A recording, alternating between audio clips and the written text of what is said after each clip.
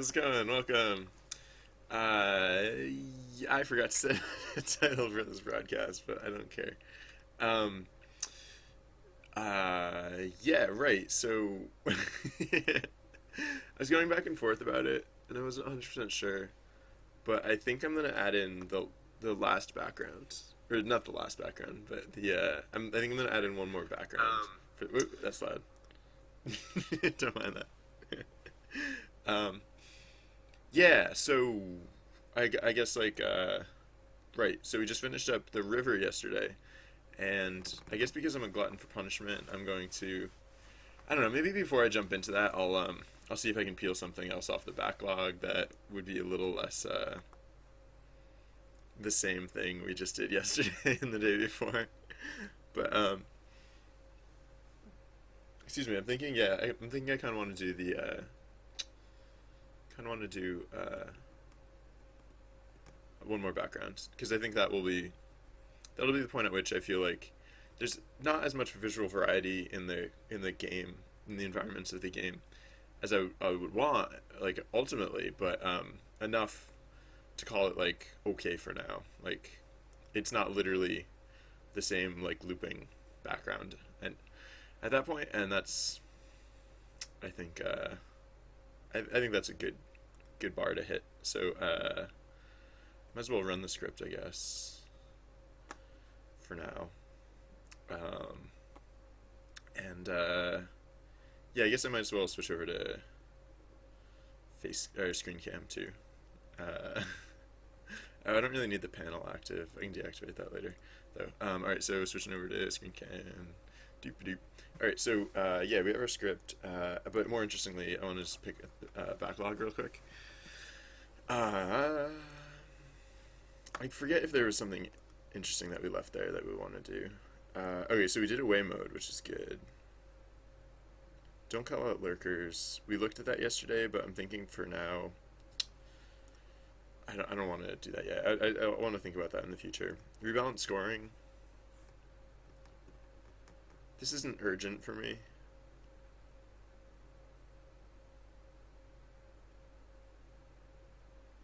I actually had a different idea about how I could do it real quick. But I think I'm going to leave it like this for now. But yeah, I'll also probably want to look at that again later. Because it's actually... It might be that I think that it's actually entirely fine as it is right now. Yeah. Yeah, it might be fine as it is right now. So, actually, I'm going to italicize that because I might not actually even want to do that. Level up visual effect. Oh, yeah, level up. Uh, I would like this, but I think I'd like, Lazy Brussels Sprout, hey, how's it going? Welcome. Uh, I'm always talking to myself, Lazy Brussels Sprout. I'm just talking to myself because this is all going into the archive, and yes, that's, I could just, like, wait for people to show up, but, like, I don't know. That sounds dumb. So, no, yeah. You've clearly never been here at the start of a stream before. Alright, so, yeah, I do want level up visual effects, but I think I want the new background more than that. And,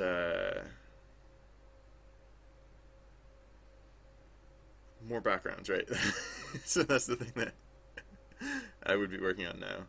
More prescriptive events and more character art are both things to consider. But I want the background more.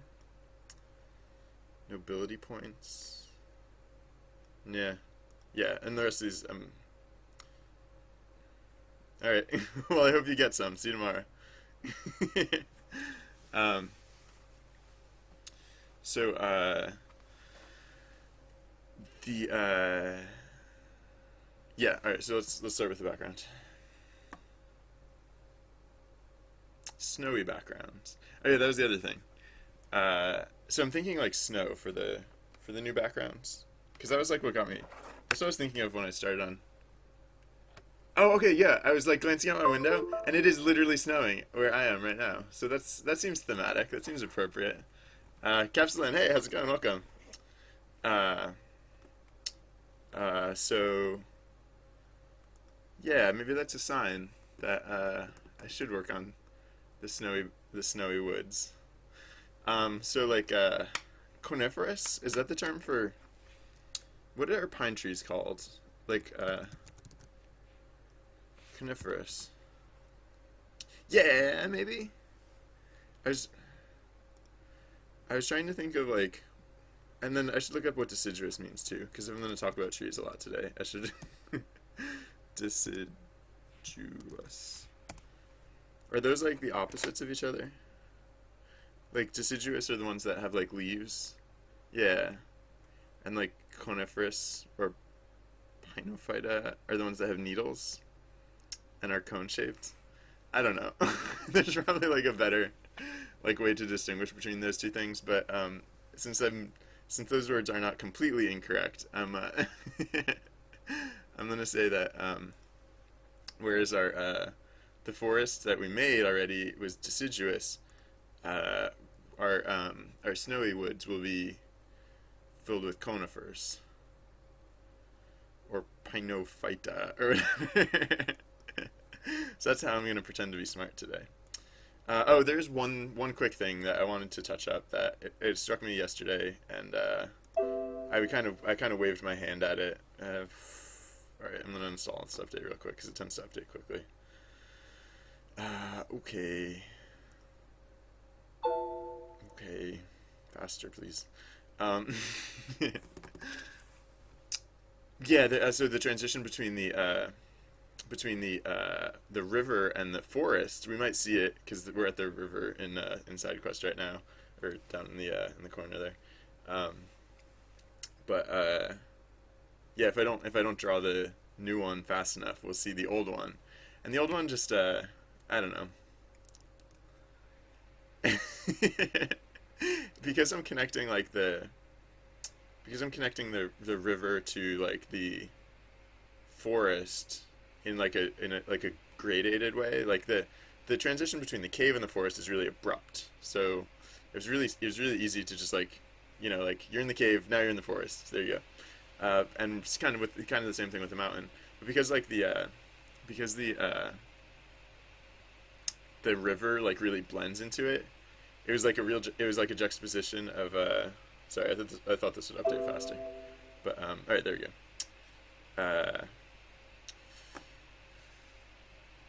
Yeah, the newer art is of slightly higher quality than the older art, and so the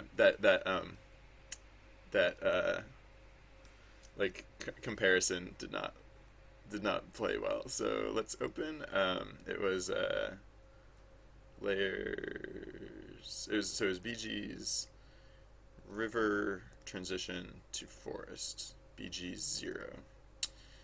It just looks weird to have these trees just like sprout up over out of nowhere. What I think I actually want to do is take like more foliage, like we have over here, this like low foliage, and kind of like go up into it. In fact, this little tree, I remember thinking this little tree is like good as wait, which layer is the background? Yeah, the background is the one with the trees. I thought this little tree would be a good like stepping stone. So like before this little tree, the foliage should not be higher than this little tree. So let's get rid of these trees that are on the left side. Oops, wrong way. uh, I can redraw that rock. It's not a special rock. I'll be able to redo it, no problem. Because yeah, so if we get to this transition before I finish drawing it and saving it, then you'll see like those trees were just kind of like sticking out of nowhere. And because like they were not in context, because they were just kind of like stuck anywhere, they just looked like a weird like lumpy green lollipop or something. It was like it did not read well at all.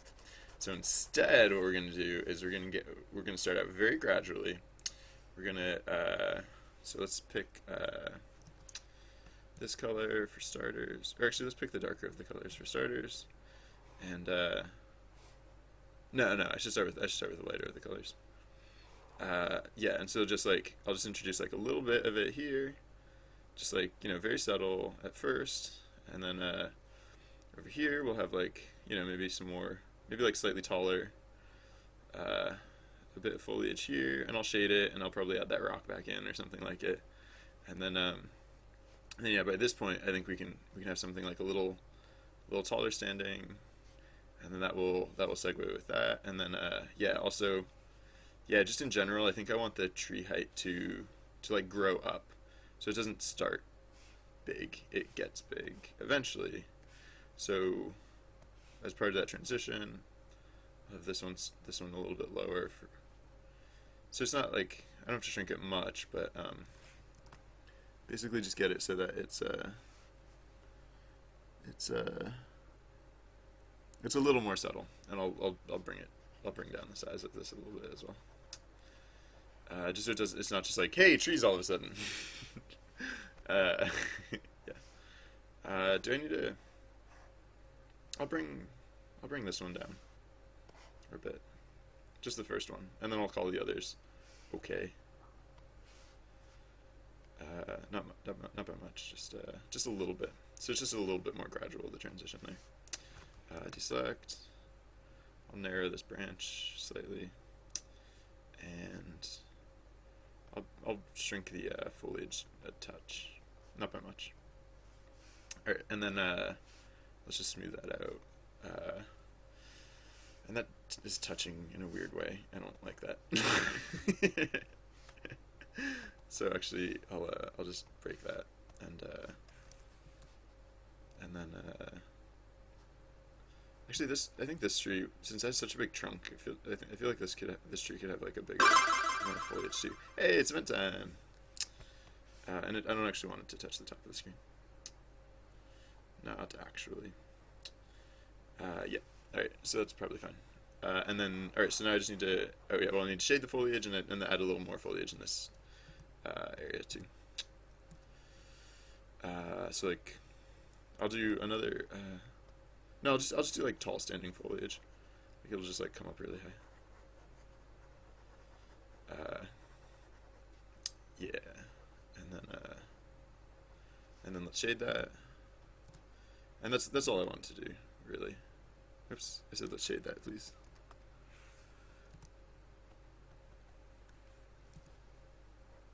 Why is it not picking a good color? Oh, this was happening a lot yesterday. I was like color picking bad colors apparently, and so I was like losing all my contrast. Nope, don't do that. Um, Wait, is that not the? I don't know. Just be normal. Don't be weird. How does that sound? What is? This is not that bright color. Oh, maybe that one is the wrong. I don't know. I should really work with like a better and more consistent palette because I'm thinking like yeah, like I think my colors are like just weirdly mutating over time, and I don't know why exactly. I guess I don't know. Color picking from this tree is like poison for some reason. Oh, maybe the trees are slightly different color than the foliage. Maybe that was the problem. Anyways. Alright, so now yeah, there we go.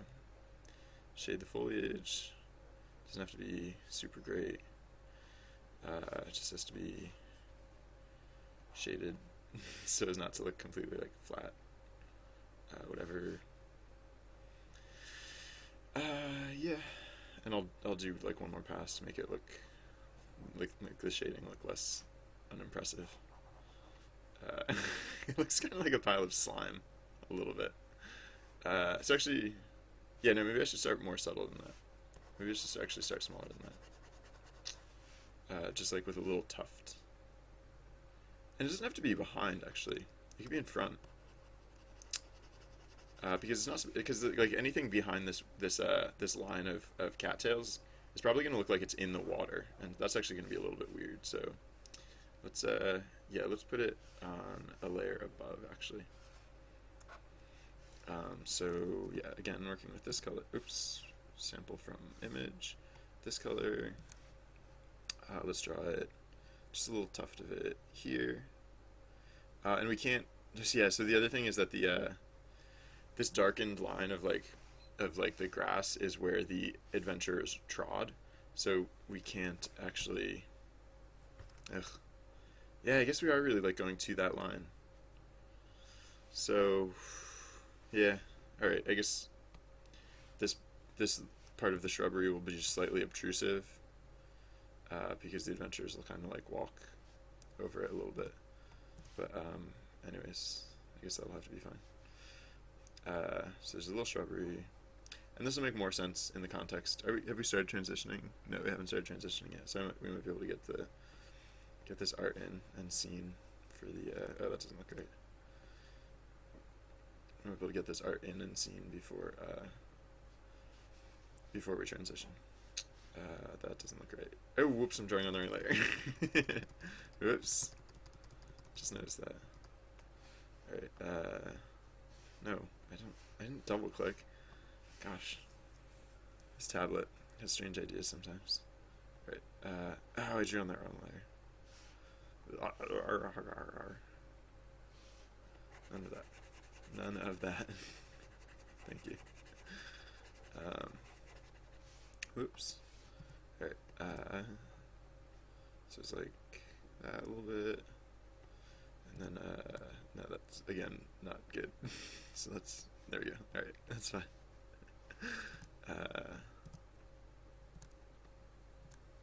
Oops.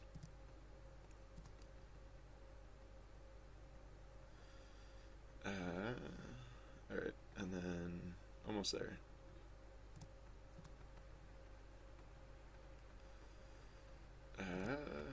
Doop doop doop. Alright, I think this should probably be fine. Except for that several pixels that are not fine. Alright, that should be fine. Yeah. Alright. Oh, no, yeah, I think this will read. Alright, so, save that. Oh yeah, I guess by adding a little bit of height here, we're covering up some of the river, but that's okay. The river transition wasn't like magical or anything, so it's not gonna, the world's not over, just because we are obscuring some of it. So let's paste this here, save that, yes, and then that, I think that should be a better transition. Alright, that's all I wanted to do there. And now, what? Oh no, don't save. Now let's make the snowy whatever. Yeah. Oh, sorry, I'm just gonna fix my other monitor real quick. It's like at a weird angle, which makes it a little hard to read. I'm not actually going anywhere. I'm still here. I'm just stepping off camera for a second. I'm still, don't worry, I've not abandoned you. I'm not lost in space. Alright. So, yeah, alright, how do we do this? Let's just copy one of the other backgrounds and, change the name real quick so that it doesn't, like, find bad data and crash or something. Or no, I think we can do this. So, like, when working with the backgrounds, sometimes I accidentally make the game crash because this data is actually like it reads this data as it runs. Like most of the data it loads in at the start, but for the background data, because like hypothetically like we'll have a bunch of backgrounds at some point, and so we won't want to keep them all in memory all the time, and so yeah, if I leave the background data in a weird state, sometimes it freaks out about that. All right, so. Okay, actually, my the image that we did yesterday to keep track of the environments, I actually saved that because it was adorable. So yeah, so far we have the mountain to the cave, the mountain, the cave, the river, and the forest, and so the cave can go to the forest or to the river. That's like the only break. That's like the only like variability that we have right now. So I think what's gonna happen. Whoops. I think what's gonna happen now is that I'll want to. So right now the cave and the forest have 2 connections, but the mountain and the river only have 1. Or the cave and the forest have 3 connections. The cave has 1 in, 2 out, and the forest has 2 in, 1 out. But the mountain and the river only have 1 connection each. So I think the next thing I'm going to do is connect from the mountain to the river. Wait, is that the? Yeah, I think that's what I was thinking of. So like so hypothetically the right. So let's say we are going to do. Oh, it doesn't. Oh, the smiley. So the mouth of the smiley face is also an error. Astronaut, hey, welcome. How's it going? Um, but it also it was an arrow first, but then it looked like a smiley face, and so anyways, so I was thinking like it would go snow would have so then the mountain would have like another outward connection, and the river would have another inward connection. I think is how it would go. So that way, well, so the end result of this is that like the forest mountain connection is still like a very it's like it's a fixture of the game for now because like you know most things eventually lead to, like all things eventually lead to the forest and the forest leads to the mountain. But then like so the way I imagine the system working is that the next one that I add, like I don't know what it'll be, but like the next background that I add, I'll try and continue this pattern of connecting the ones that have the fewest connections. So at this point, everything has three connections except for snow. So it's fairly arbitrary what I connect next.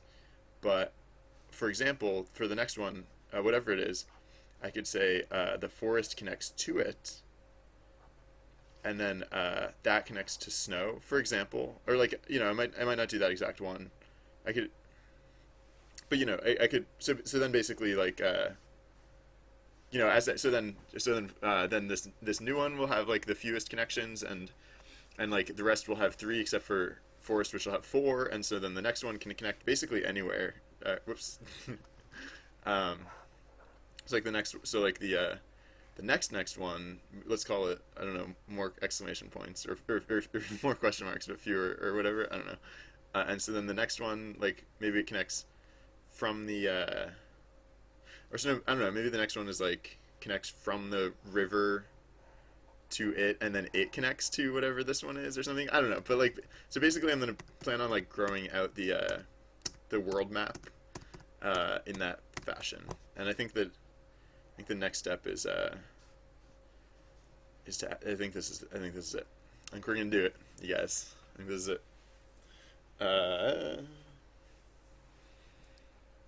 So I started jotting down also the ideas for like connecty pieces or for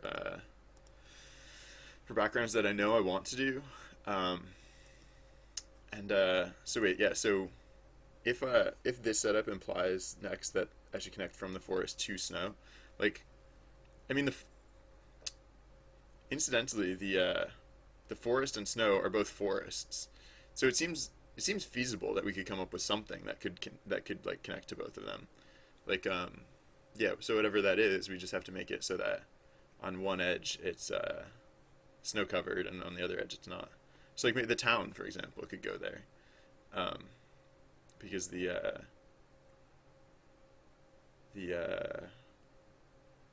yeah, sure, the town could just be set in like in a forest, and when you leave town it starts snowing. I don't know, whatever. Uh, so, um, yeah. So the other thing about snow though is that I need to add in a little bit of new tech for it. I think. No, I'm not even gonna say how I think it'll go because um, I didn't expect the river tech. Hey, it's meant time. I didn't expect the river tech to be especially challenging, and then oh hey Lauren, how's it going? I didn't see you at first because you only spoke in the action command, but what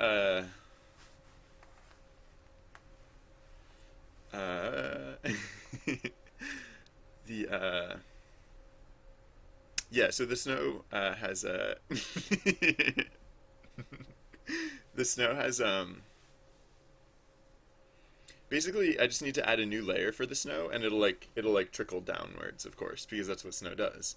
Yeah, right. So the landscape won't just be snow covered, but there'll actually be like little snowflakes falling. Although now that I think about it, the snowflake technology is not mandatory. So maybe I'll do this one in the reverse order. Maybe first I'll do the background, and then I'll put the snow on top of it. Uh, that should be fine, I guess. I can't think of a reason why that wouldn't be fine. So, actually, no, I kind of want to do some tech work because I've been doing art for the past 2 days. Well, I've been doing a lot of art in the past 2 days, so I want to do some tech work first. So I think I'm going to set up the tech first. Um, maybe I'll do like half the tech, and then I'll set up the art, and then I'll set up the other half of the tech. Because right now, for the river, we only have one special layer, and I think I'm probably going to do the same thing for starters with the snow. Ultimately, I will want like the snow to parallax. I'll want like snow falling in the foreground and in the background, so it'll like I don't know. I think that'll just look nice together. Um, but yeah, first things first. Let's go to. So yeah, so if the next environment type, or no, before that, if the environment type equals 1, this is where we handle the special layers. And I guess huh, if environment type equals 1, I mean we can kind of oh, yeah, okay, so I'm just gonna rearrange this condition a little bit because the first thing we need to check is if MFG, which is the middle foreground layer, uh, if thank you, Mark Lander. um, I yeah, so this whole section right here is the conditional blitting of the middle foreground layer, and so like what I set up was for environment type 1, which is the transition for the river, where like the river's well it like flows in the opposite direction of the rest of the parallaxing, so it needed a starting point and an ending point, and so that's how that is set up. And then I need to add something to the backlog. Like I'm definitely not going to do it in the near term, but it occurred to me that I want to do like environment gifs or something. I was thinking like when we drew the waterfall yesterday, like it didn't occur to me until I was actually drawing it like, oh, I really wish this animated, but it doesn't. It's just like flat. It's just static. And like so far the environment has been done entirely in like these slides that ooh, it just occurred to me. So yeah, oh yeah, I was gonna say I'll call it environment kit for now, but I was gonna say like I was gonna put like little the environment that could animate between frames, but actually I guess I'd want like the entire. I mean, so oh yeah, so some idea was that I'd have like these little sprites that would blit on top of the environment, and like they could actually animate between frames. So that way I could actually have the waterfall look like it was flowing, or like look like the water in the waterfall was flowing, but not in any particular direction, just general animation. So I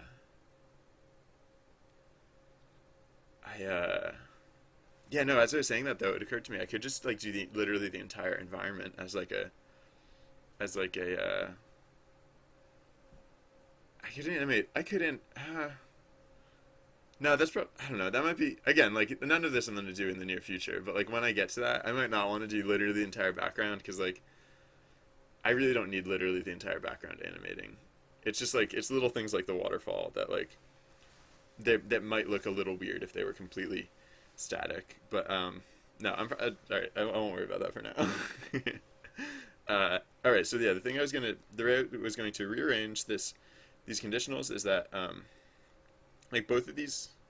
Oh, well, actually no, that's not true. I was gonna say both of these conditionals have this term in it, but that's not true because actually one of them pertains to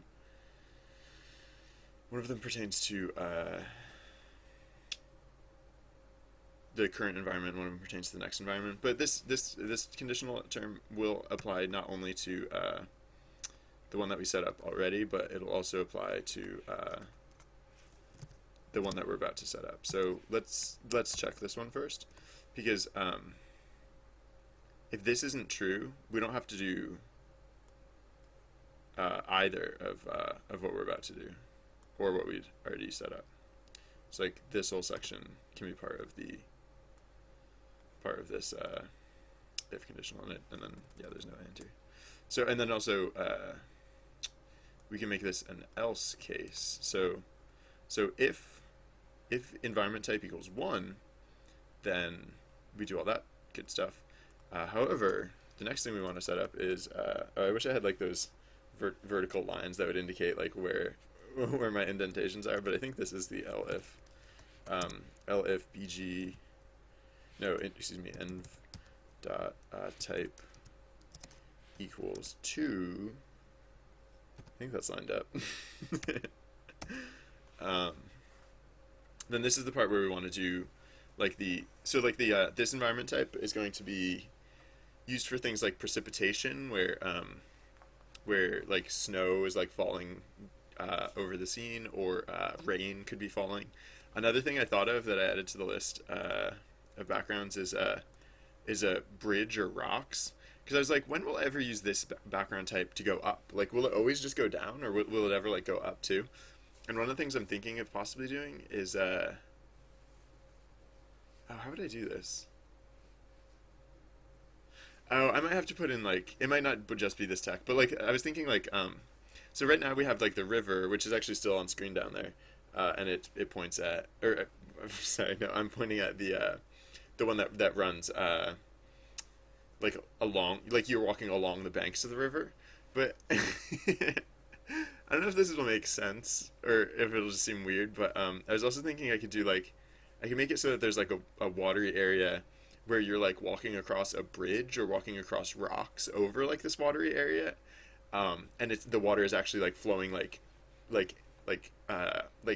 inwards, like I don't know. So like the end result is that like water would kind of be flowing like upwards, because like as it flowed into the background, it'd be going up. But yeah, no, I'm not sure about that one. It's an idea. I don't know if it'll work, but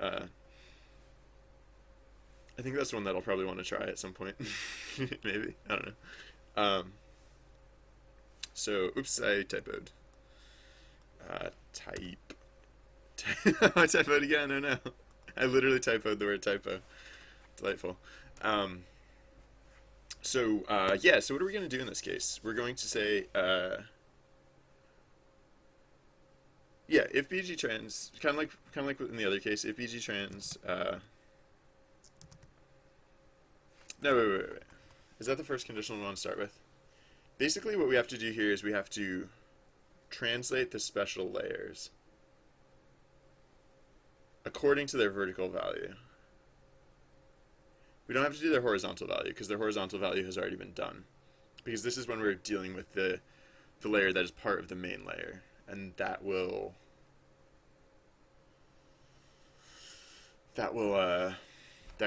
be handled naturally in the section up here, wherever it is. I forget where it is. But yeah, no, what we have to do is, oh yeah, that's the other thing. Well, okay, so yeah, something occurred to me the other day is that I keep track of 2 of these scroll values. I keep track of scroll 0 and scroll 1, but scroll 0 and 1 are always apart by 1600 pixels. So I don't really have to keep track of both values, because one of the values kind of implies the other value.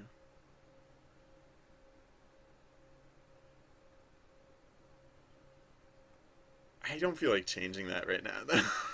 I reference scroll enough times that I don't really feel like going through and changing all of these references right now.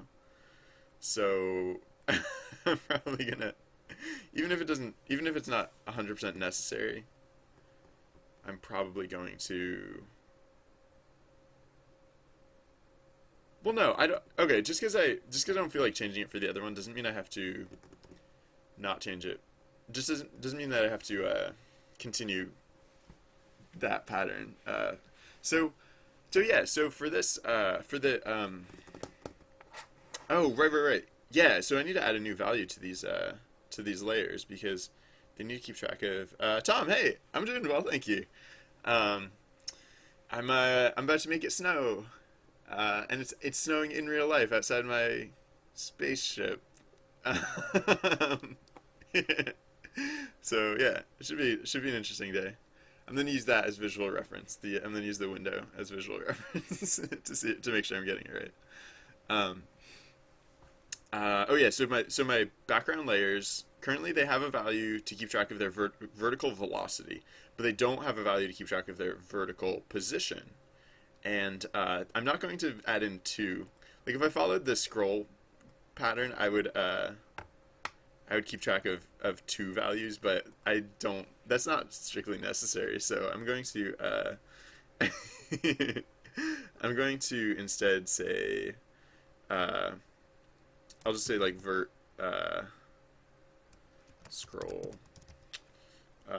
Also, yeah, I'll abbreviate vertical to vert. I don't think I'm actually referencing this anyway. Yeah, right. So well, vertical speed and vertical scroll.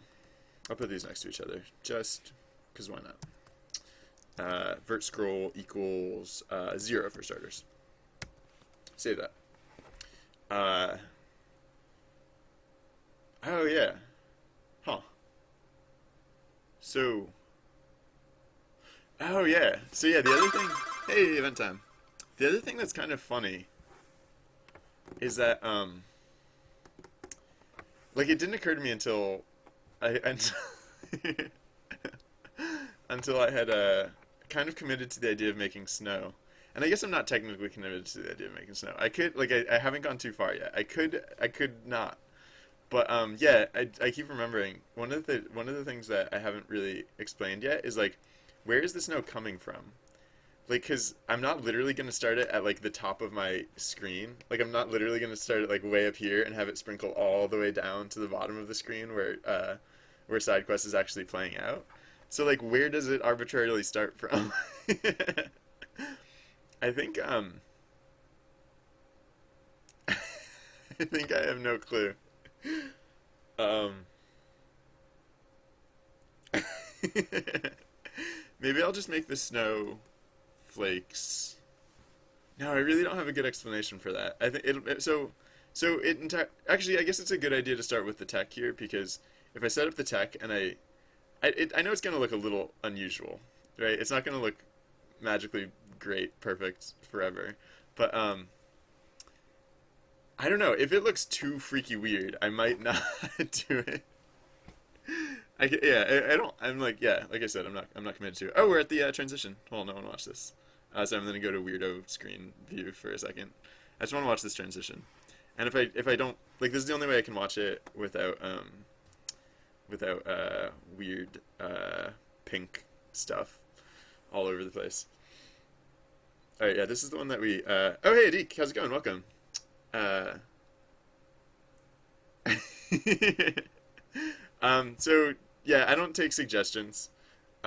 So like, thank you for your interest, but please actually refrain, if you could, from making suggestions because I can't take them, and yeah, I appreciate your consideration. Uh, I'm going to rinse that from chat only because of the reasons I just said. Uh, Pardon. All right, so yeah, all right. So this part of the transition before, when we were transitioning from the river to the forest, like there would be these weird trees that would just like pop up, and that hopefully it won't look as weird now that we don't have those anymore. It's looking okay so far. We don't have any weird trees just imposing themselves on the scene. Although I guess we wouldn't have gotten to them quite yet. Yeah, so like what we have in the background, you can see like it's very clear to define. Like they're little shrubberies first. They're like little shrubberies that crop up first, and then it eventually like gives way to like trees and that sort of vegetation. So it was just weird. All right, so yes, here comes the actual like vegetation layer. It was just weird that on the background layers, like there was this clearly established pattern, like small shrubberies, then giving way to trees. But then on the front layer, it was just like trees all of a sudden. So I'm hoping this will do better. So yeah, again, they kind of look just like piles of slime, but that's okay. Um, uh, and yeah, I think this is probably going to be satisfactory.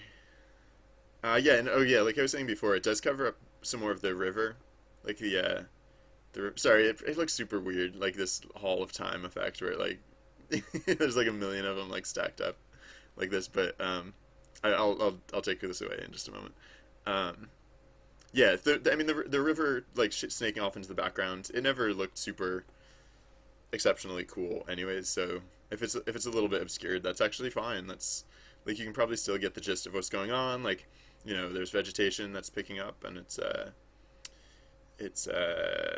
getting more dense, and you're like kind of walking into it, and then the river just kind of like goes off into the background, and then hey, look, you're in a forest. So that's probably good. It's probably G2G. Uh, let's let's continue with what then? Oh yeah, right. We were talking about the snow layer. So we have the vertical speed and we have the vertical scroll. We basically have to blit this layer 4 times instead of 2 times, because like this layer is as big as the screen. I mean, if I wanted to, I could just make this layer like, oh, huh,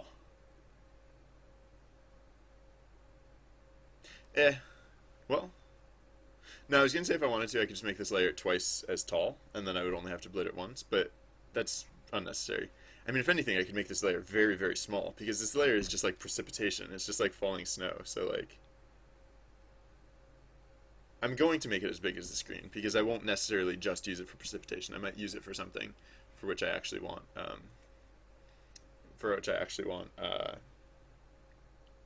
the, excuse me, for which I actually want, something more elaborate, something bigger than tiny little snow particles. But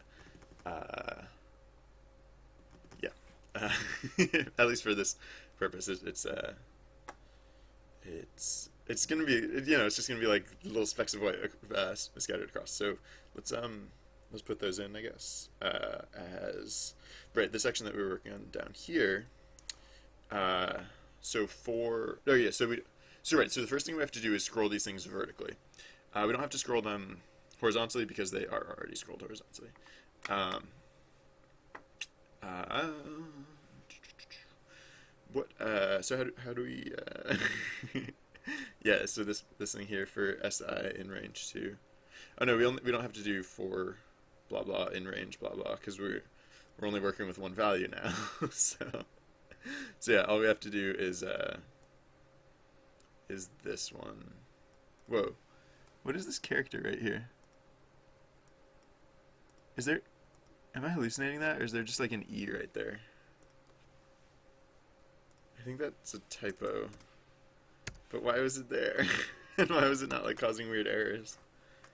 It was just like evaluating a variable E there for no particular reason. Python is weird. Python is weird. Why is there just an E there? Maybe I just typoed it recently. Anyways, I won't worry about it. So yeah, what I want to do is env dot layers, or liars as I've been asked to call it. Layers index middle foreground is the layer that we're concerned with here. Dot vert scroll plus equal or minus equals vert speed. So env dot layers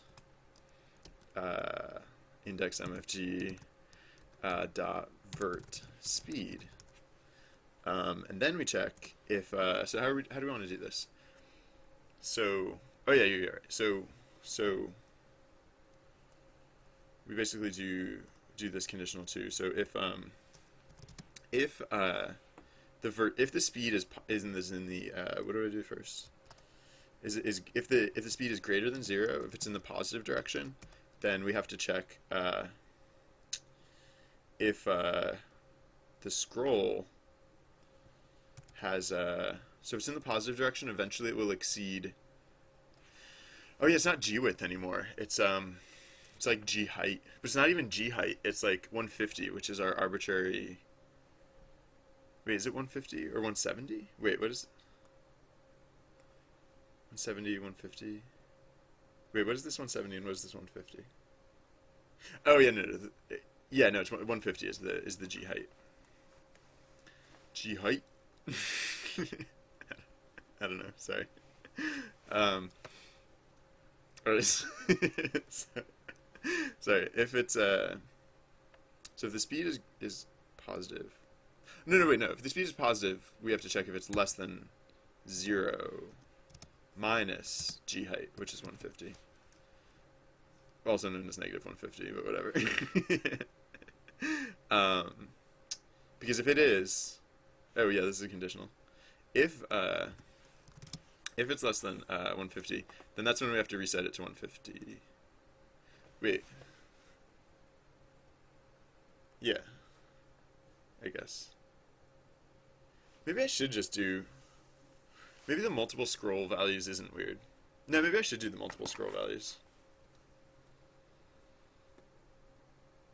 Is that?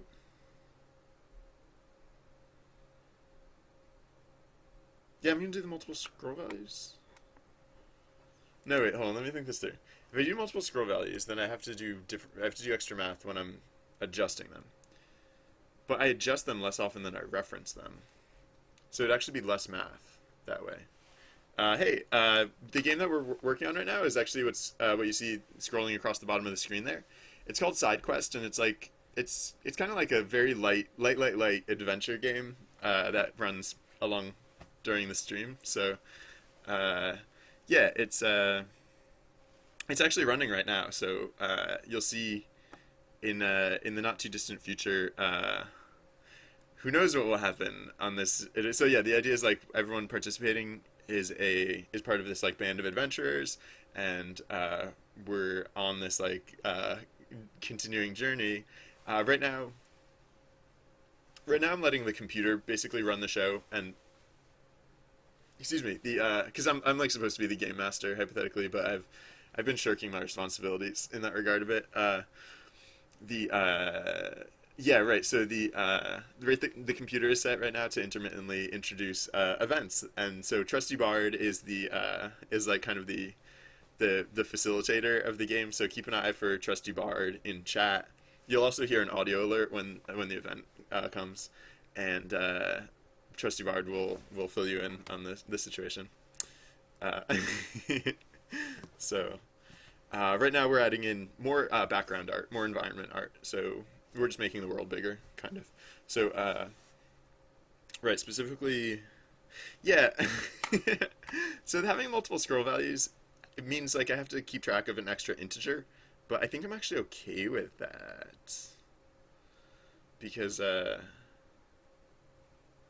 keeping track of an extra integer is probably fine. It's probably not going to hurt anything.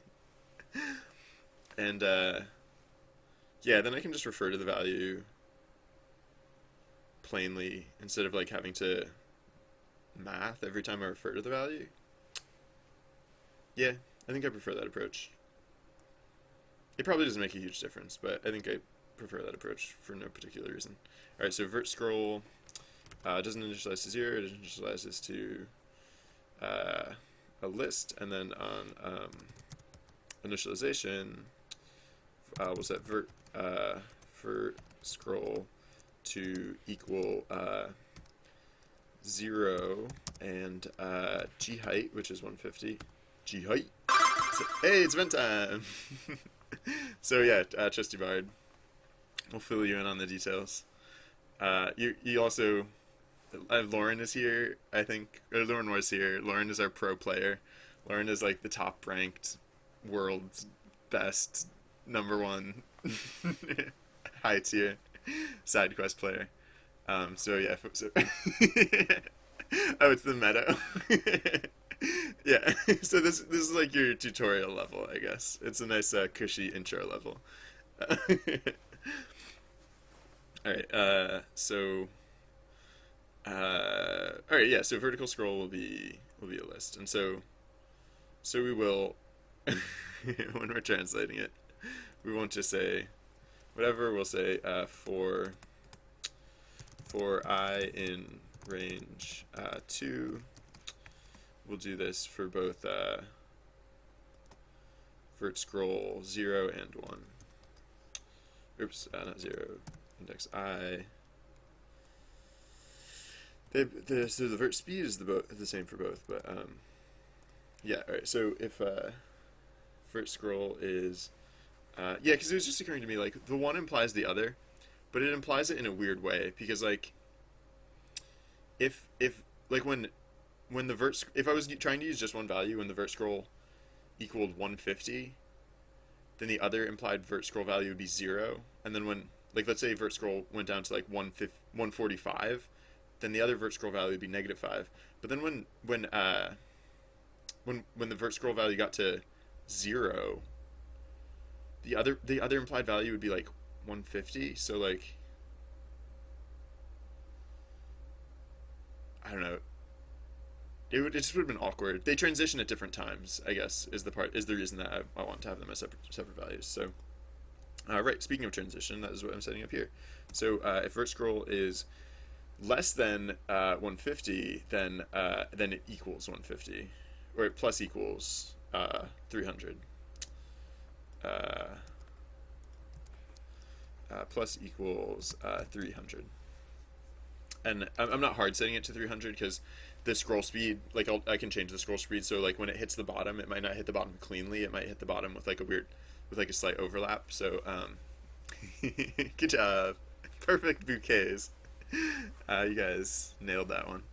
Uh, uh, so the oh yeah. So I don't know if you noticed Dave's flash, but there's also there are also like we all have our own little like hey look there's my character.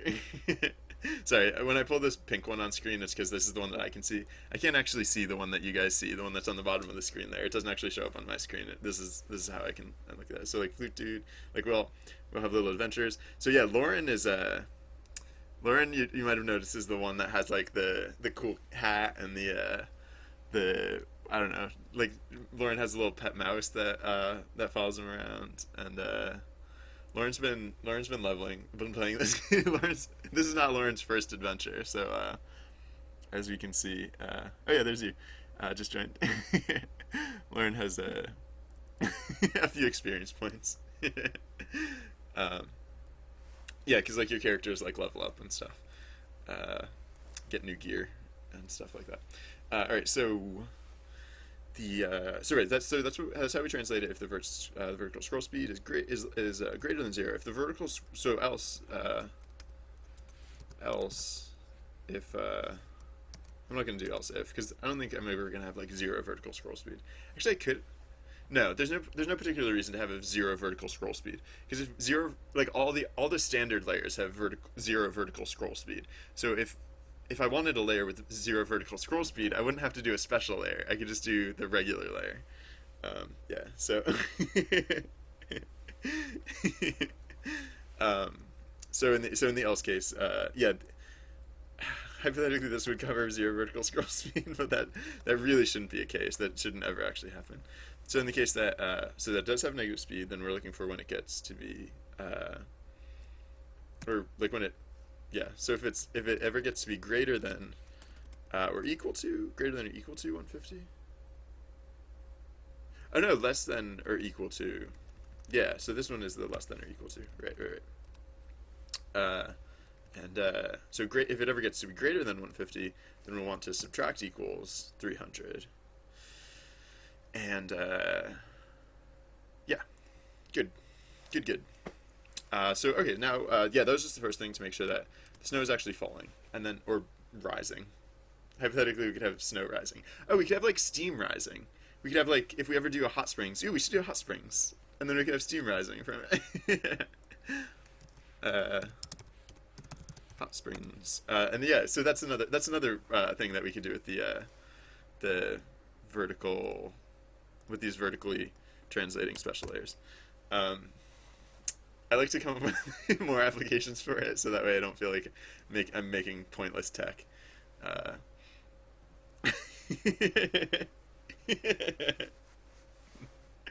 your avatar is quite attractive, Mark Lander. I do say. Oh, thank you, Dave Slash. um, yeah, the Lauren's been leveling so fast. I've actually had to like keep making new gear just for just for Lauren.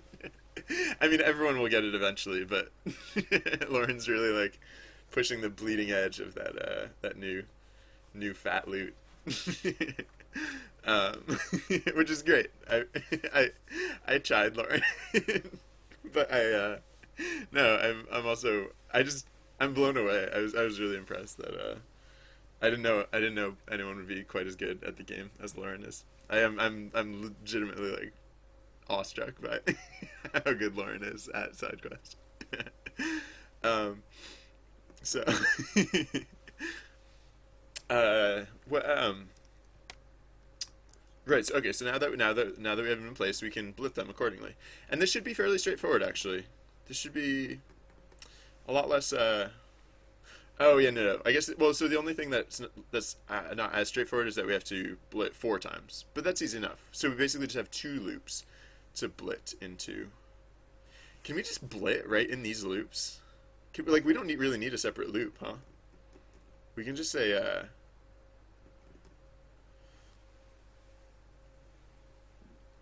excuse me. So the first loop, so I'll change this to VI, so because this is like vertical. Uh,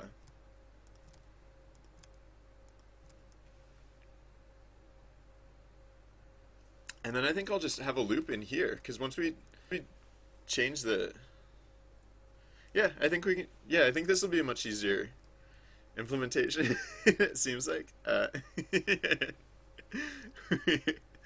Um, Yeah, because once we're in this loop, we can just have another loop for the horizontal aspect, which has already been updated, and I think we're good to go. So for horizontal index in range, oh, I didn't mean to put a space there.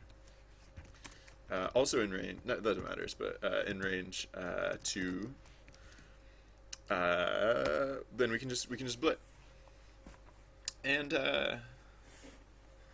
yeah, this is pretty straightforward.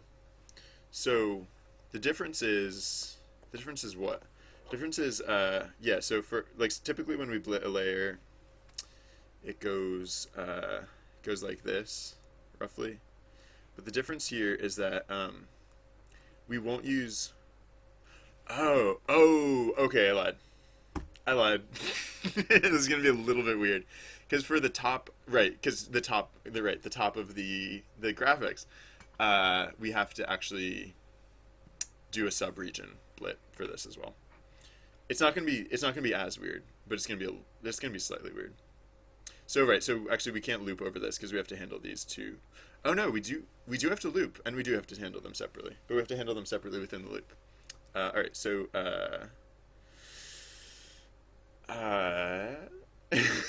cool. All right, so let's copy our blit because it is going to be mostly the same.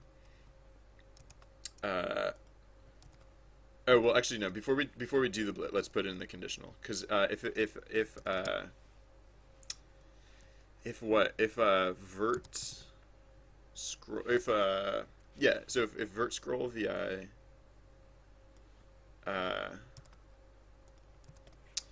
is greater than 150, the graphics height, g height, sorry, then we'll blit. Then this is where we have to do the subregion blit. Whoops. Subregion, which just means that instead of blitting the whole image, we'll just be blitting a portion of the image. So that way, the you'll notice like there's all this pink space when I like these are the graphics that we're seeing on screen, and the pink space is like turned invisible, which is why you don't actually see the pink when it shows up down on screen, down at the bottom of the screen. Thank you, Marklander. um, oh, games I've worked on. Actually, hold on. Let me finish this thought real quick, and then I'll jump to that. Yeah, so the reason you don't see the pink down there is because it's transparency. But the reason I have all this pink up here is because, like, for example, like you'll see, like the words, like the text will actually go above the tree line a little bit. Because even though I'm not using all of this space for showing the environment, because that would take up too much of my screen, right? Like I want to save like a big portion of my screen space for showing like what I'm actually working on at any given time. Like SideQuest is only supposed to be like the very bottom bar. But for smaller things like the name tags that pop up, and like you'll notice also the action tags, like during an event, like it'll show the action tags on screen, and like those are above the tree line as well. So I don't want actually so like there is a ton of space that I could draw on, but I actually don't want to draw on it. I want to keep the environmental graphics contained to like height 150 or lower, basically. So or no, 170 or lower, because 170 is like the height that, because like the full height is what, like 320, and so the environment is takes up 150 pixels on the bottom of the screen, which means like we start at the 170th pixel. So I don't, those 170th pixels, like sometimes we blit text in there, but I don't actually want to blit environment in there. All right, what games have I worked on? That's a good question. I worked on so my personal projects you can find on my website, but I'm guessing that's not what you're asking about.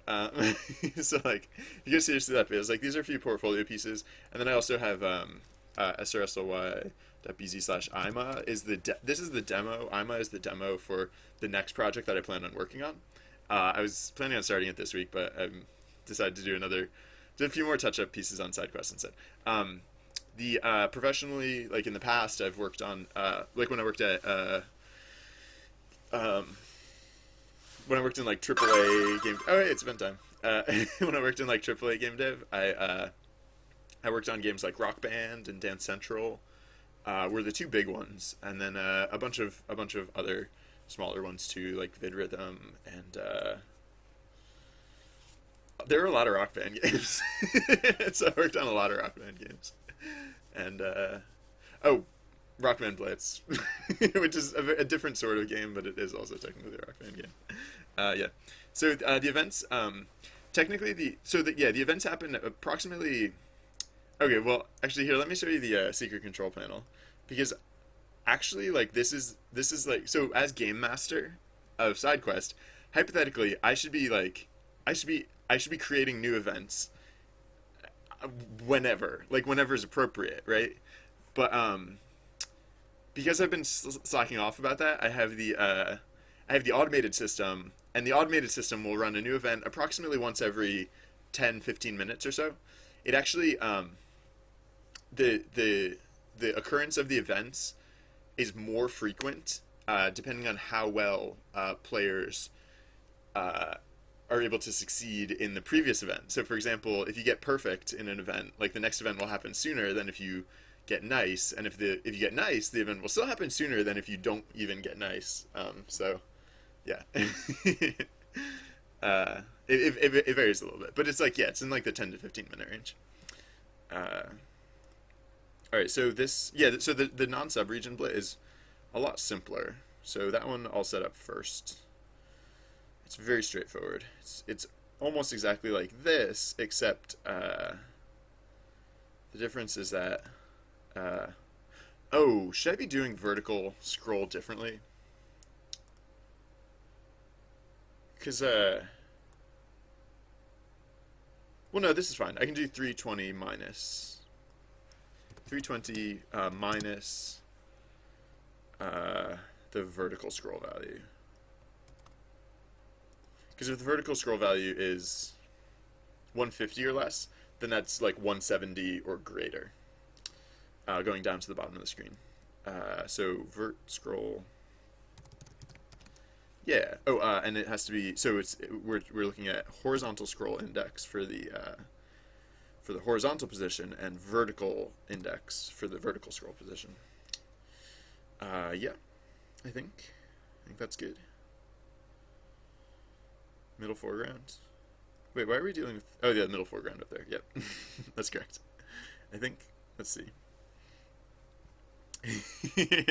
I've talked about I've talked about having the yeah, like grouping the events by like the contextually appropriate backgrounds, but some of the events right now don't have contextually appropriate backgrounds. For example, one of the events you're on a pirate ship, and I haven't done anything in the way of like oceans or anything like that. So right now it's a little disjoint. Also, yeah, like so the way I think about it is that like the visuals that you see on screen, they're a little detached, right, from what's happening because um, I'm not an artist for one thing, and so like even if I wanted to make a game uh, that had very rich visuals and like everything was very well depicted, for one thing it would take me forever. But the other thing is that I'm actually very consciously avoiding that approach because like I've mentioned a few times, like I have the secret control panel and all the computers running the game right now. I could or should be running the game right now, and I want it to feel a lot more like a tabletop role playing game, like a Dungeons and Dragons type of thing, where we're pushing the story ourselves.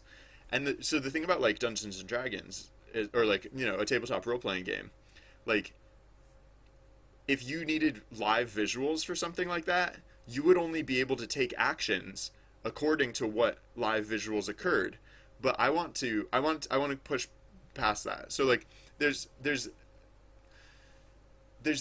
inherently a disconnect between the graphics and like what we'll see for visuals and what will be happening into the game.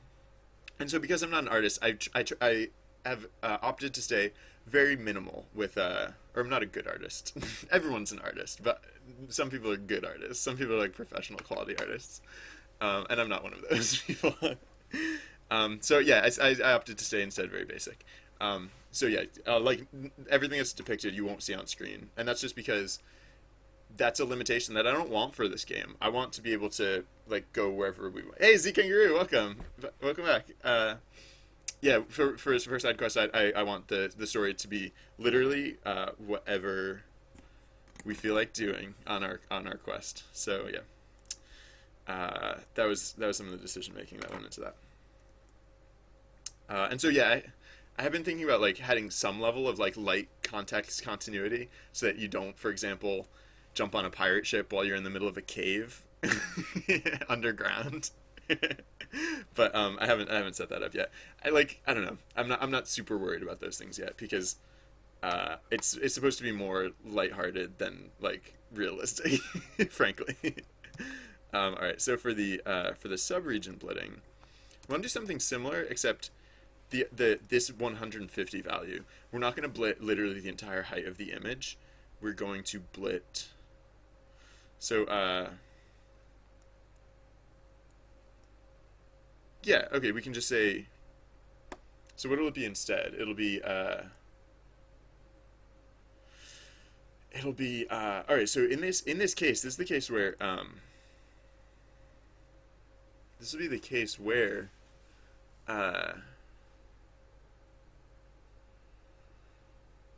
this value is greater than 150. This value isn't going to be greater than 300 ever, really. It's definitely not going to be greater than 320. So it's never going to go off the top of the screen. So I think what I actually want to say here is that the vertical height, or like the vertical height will be. Oh, no, I do need to do a little bit of math here. So yeah, so the first thing to do, let's figure out what the vertical height is because actually it's not just the height of the render that we have to affect. It's the position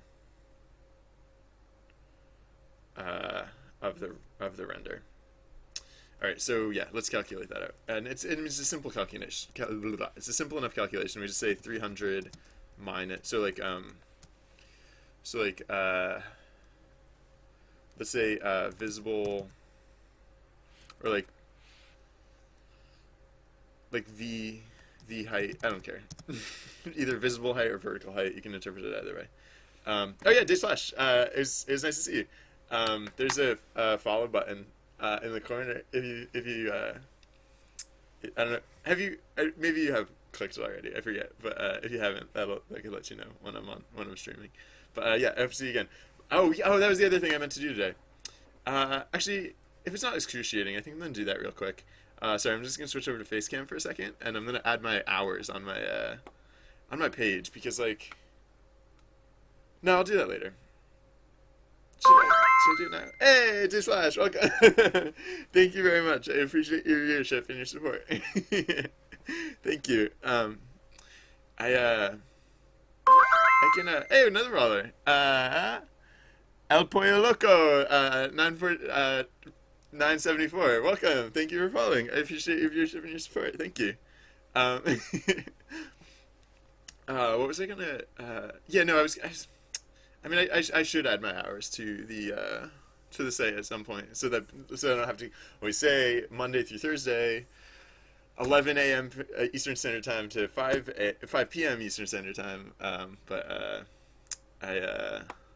I'll just say it a few more times, and then try and remember to do that. Yeah. So I don't know. If you're around Monday, I'll see you then, maybe, or anytime next week. Thank you again. So, alright, so the vertical height is 300 minus the vert scroll value for VI. 300 minus? Wait. No, this isn't the vertical height. This is what is this? No. Yeah. Yeah, no, that's correct. Right? Yeah, that's true. This is a true story. This is the vertical height. Yeah, I'm not an engineer. I just play one on twitch.tv. I really have to stop saying that because no one has ever laughed at that. But I program. I don't consider myself an engineer. And I guess because of that conceit, I don't like hold myself to the standards of like a proper engineer. Makes sense to me, and I'm working on this. The other thing is I'm working on this project independently, so as long as I understand the code, everyone understands the code. So, yeah, I don't usually do 2D stuff. This is like the first time I've worked with like 2D stuff, and I don't know, it's going okay. It's weird. My brain doesn't tend to think in these ways, but I don't know. I guess I've learned something from having worked on this project. Oh, wait, what? Oh, whoops, I added why did I put, I don't know why I put a colon at the end of these statements. I guess I was just in the habit of having done so for so long. Alright, so so V height is correct. And so what we want to do here is, alright, so the image that we want to blit, we start the starting position.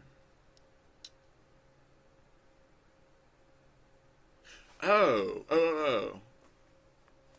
Yeah. G width. Right, okay, so this 150. Wait, this vertical scroll? No, okay, so this vertical scroll value is going to be instead 300 minus. No, wait. No, it's going to be 150. Yeah, no, this one's going to be 150.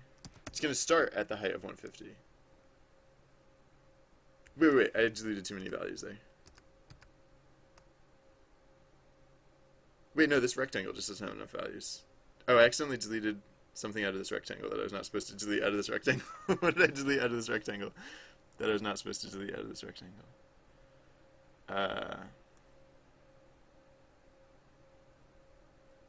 Whoa, wait. No, this Pygame wrecked.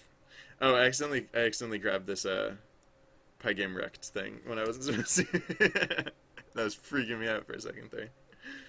Alright, so wait, 320 minus? Wait, 320 minus this value, or is it 300 minus this value? I think it's 300 minus this value, right? This is, what is it? What am I even? This is the position on screen, right? Yeah, so it's 300 minus this value, right? 300. Yeah. Yes. Final answer. Uh, and then, oh. So wait, that would be v height. Because I'm calculating that value to be the same thing. Wait, that could... Okay, wait, this is weird. No, maybe it is 320 minus. No, it is 320. It is 320. Alright. Because that's per position. Relative to the entire frame of the entire graphics. Thank you, Mark Lander. Um, it really, I don't know. It's just really reassuring to hear that, because like, some days I'm like, I feel good about this, and other days it's like, what have I done with my life? But you know, it's nice to hear that other people enjoy it, because that's the whole point. All right, so for the starting point, yeah, for this partial blit, the starting point is always going to be 150. No, 170. Starting point is always going to be 170. Right, because this is a partial blit. Okay, so yeah, I'm just that's nothing new. That's how it usually is, in fact. The height, yeah, this is going to change. So the height is going to be v height, and then the other thing that we have to do is we have to add in another value for area equals, and this is going to be another pygame dot rect, and this is going to be rect to, why is that all caps? I don't know what's wrong with my IDE. It has issues. Pygame.rect. This is gonna define in our image what you want to blit from, and we want to blit from the bottom part of the image, because it's gonna essentially, like, we're like cutting it off on the top of the screen, air quotes. Oh yeah, sorry. Yes. This is sorry about that. This is Python, and this is Pygame. Zkangaroo is correct. Sorry about that. I missed that one. Yeah, so for this rectangle, we're going to start at 0, because we always start at the left edge. And then for the height, we're going to start somewhere different. We're going to start at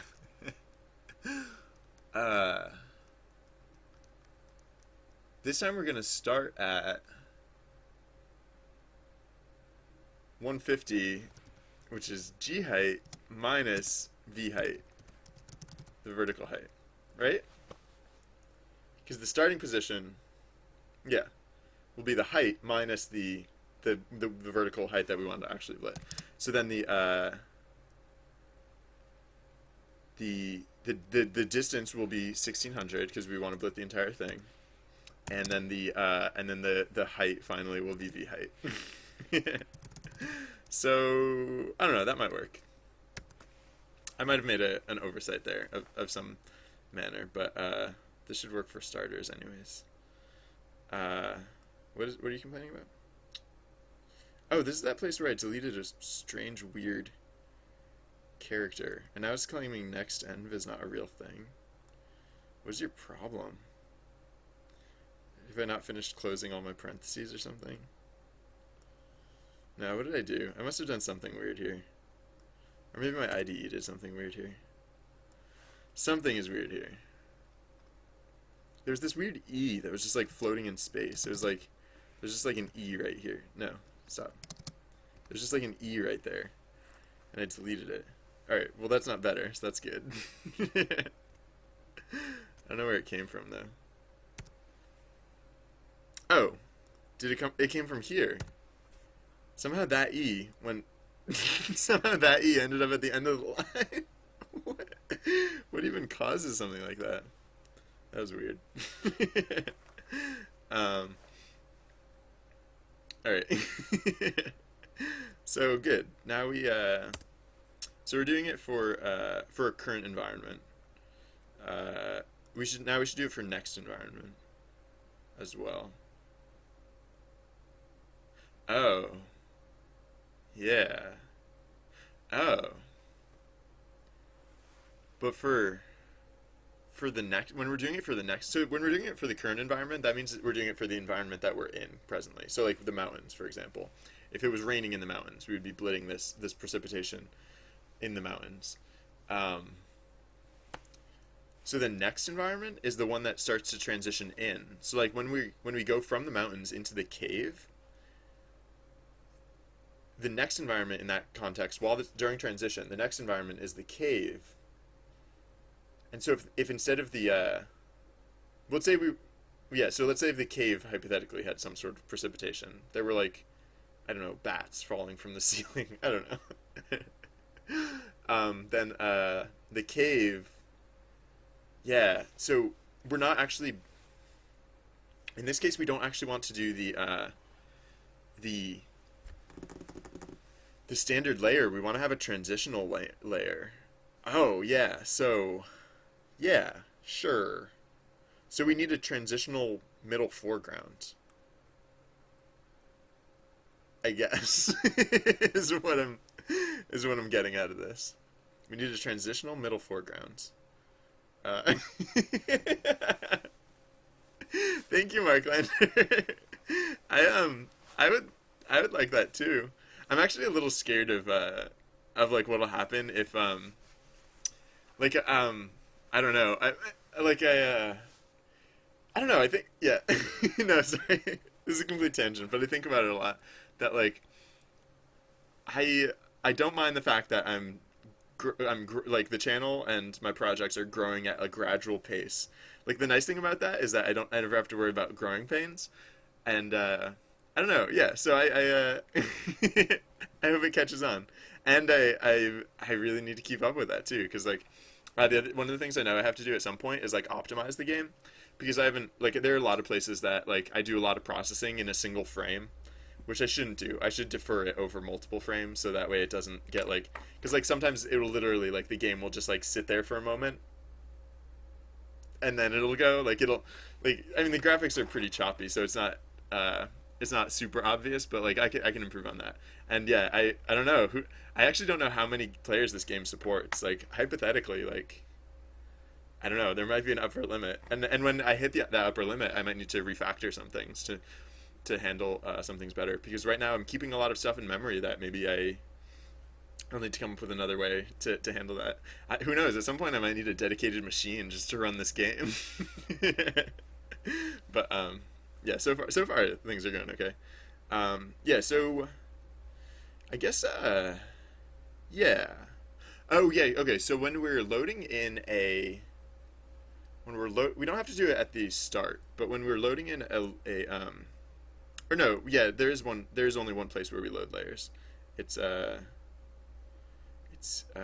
here. And when we're loading in layers, we need to, or when we're loading in data. So okay, so if type equals 1, then we're loading in a middle foreground layer. Oh yeah, actually we should be doing this. We actually load in the middle foreground layer regardless of whether it's 1 or 2. Yeah. Yeah, that's it'll be, yeah, if my problem is ever too many people are playing the game, then that'll be a very good problem to have. So all right, so I'm gonna do an elif here, because if self, this is when we're loading in the environment. So when we load in an environment, if type equals 2, yeah, not only do we need a middle foreground. Oh no. I've dealt with this before. We don't actually need a new layer. We just need a new ping. We just need a new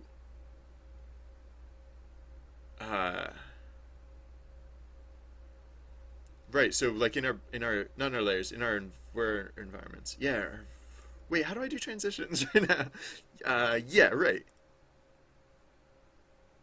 No, I do separate layers for transitions. Oh, no.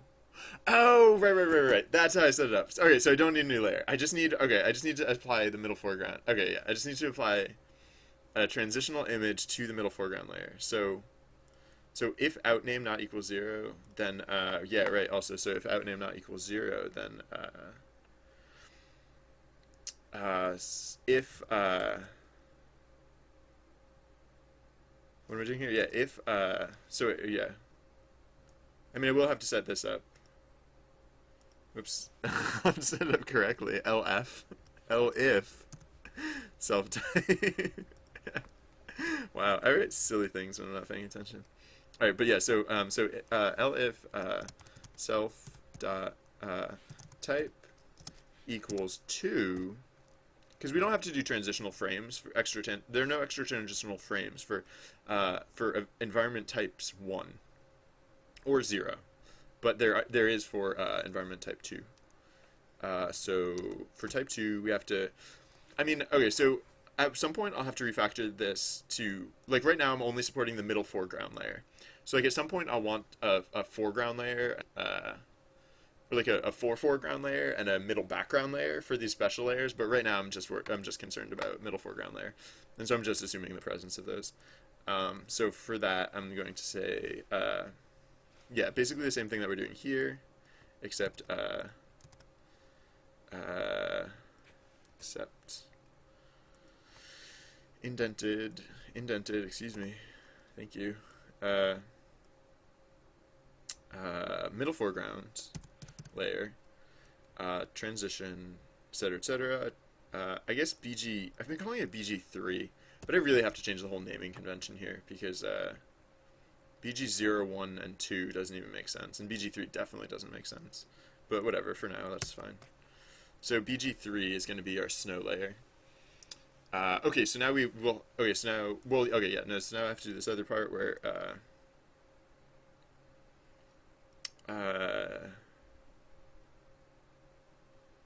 Yeah. Alright, I don't need to. Alright, so yeah, so I need to.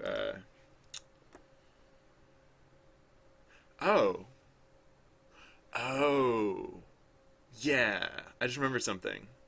Right, because I hadn't done this part. Hey, it's been time. I hadn't done this part where we actually load in. Zikingu says.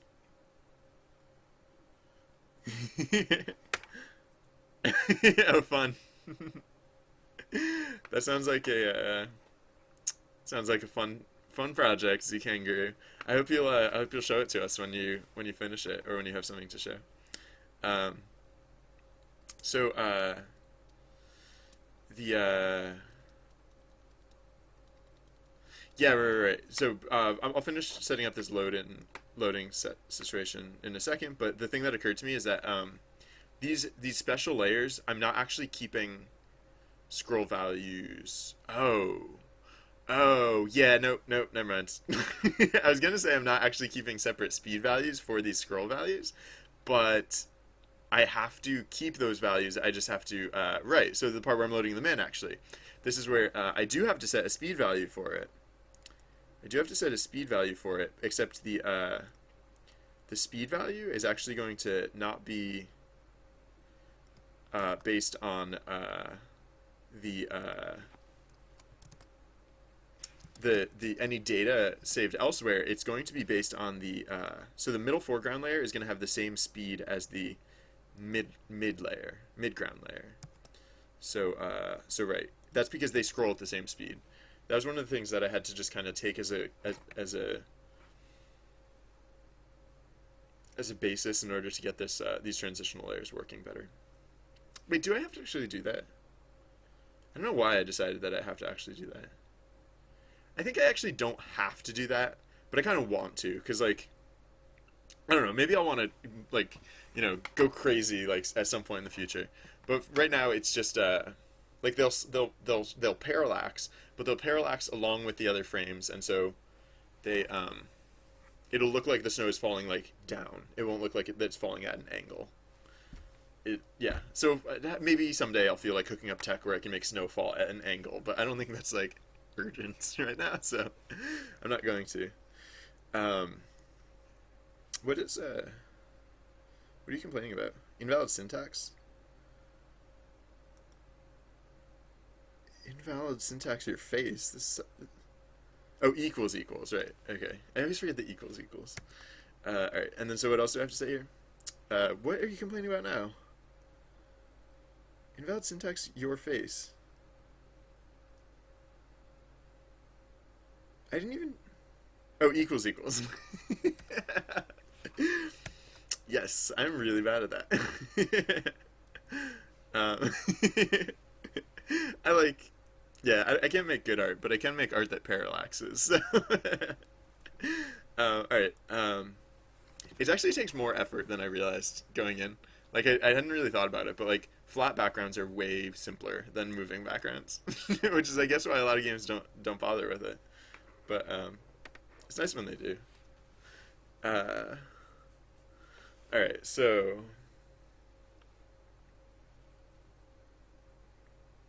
oh sorry. Um, so uh, what else do I have to say? Oh yeah, right. So I have to load in special data for this. So I'll have to do something similar to wait, if outname not equal. Oh yeah, no, I don't need to do that part, but I do need to do this part, or something similar. So with open, wait, yeah, these ones will always have transitional data. These ones always need transitional data, right? If I don't want transitional data, I can always like leave it blank or something. But it's it's fair to assume that it's fair to presume the transitional data. So I can just say. So wait, but actually, hold on, wait.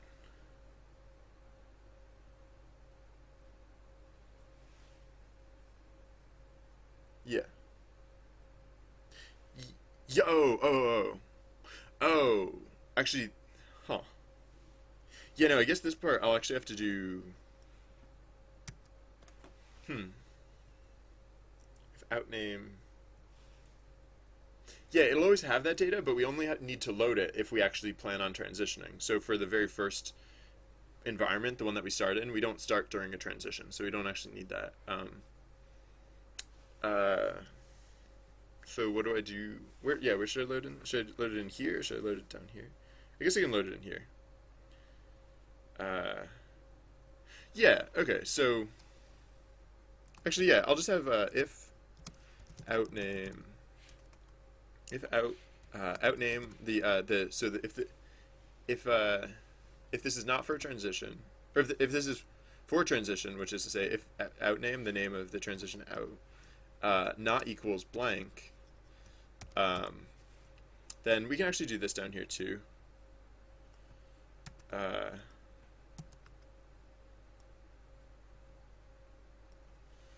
and yeah, what else do we need to do?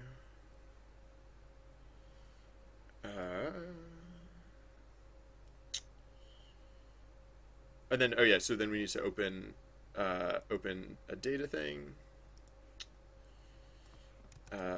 Right. So yeah. Whereas previously there was only just this data that we had to read in for the transition. There's also this image that we have to read in. So there's that, and then we just have to open it. And then how do we want to structure this data? It just needs to be the vertical speed. Wait. No, we don't need data here. We just need the image here. The data. Oh yeah, right. No, the data. Excuse me. uh. Oh, I'm a silly person. All right, no. So the data is vertical speed, and it's the same across all transitions. So, no, nope, don't mind me. I'm just like doing whatever. All right. So yeah. All right. I'm a silly person. Um. All right. So if so with open, so it's just going to be bg's outname data.txt.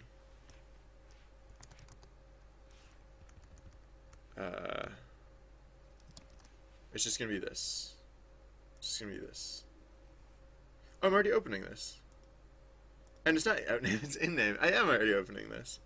Oh, funny. Okay, so no. Gosh.